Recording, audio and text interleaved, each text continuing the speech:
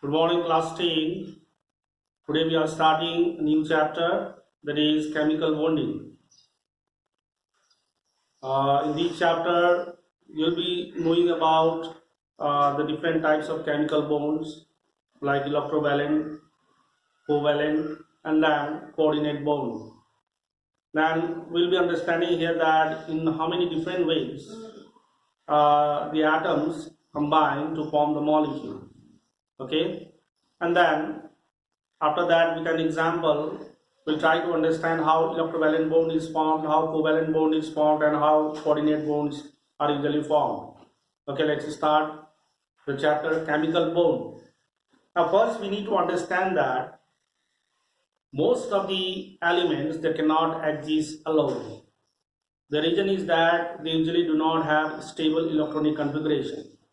The element which can exist alone are mostly noble gases. Okay, because noble gases they have stable electronic configuration, that is they may have either 2, that is duplet, or 8, that is octet number of electrons in their valence shell. So they do not need to combine with the atoms of other elements to form the molecules.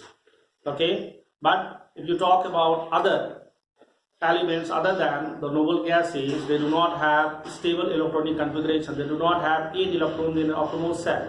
So in order to have 8 electrons in their outermost shell, the atoms of the element may need to combine with another atom of the different element or same element, okay, so that they may attain 8 electrons in their outermost shell.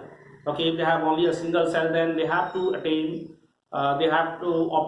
2 electrons in their outermost shell.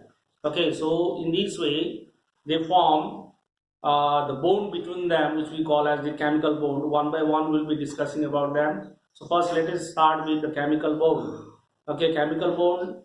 Now see, you need to understand here that the atoms in the molecule, they are held by a force of attraction, which we call as the chemical bond. Okay, so chemical bond is the force with which the atoms in the molecule are held together. Okay, are held together is what we call the chemical bond. Now after that comes, in how many different ways the atoms usually attain 8 electrons in their valence shell or attain stable electronic configuration. The answer is 3 different ways. Number 1, by the transfer of electron, by the sharing of electrons, number 2, and number 3, in which the shared pair of electron is wholly denoted by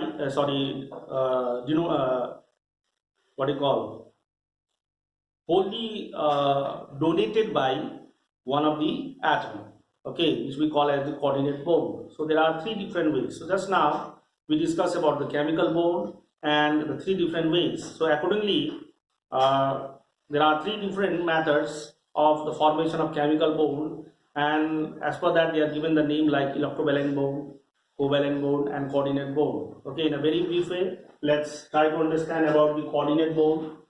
So electrovalent bond, covalent bond, and coordinate bond. Electrovalent bond means the bond which is formed by the transfer of electron between the 2 atoms in the molecule.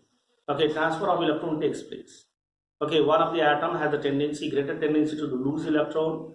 The other atoms may have the greater tendency to accept the electron.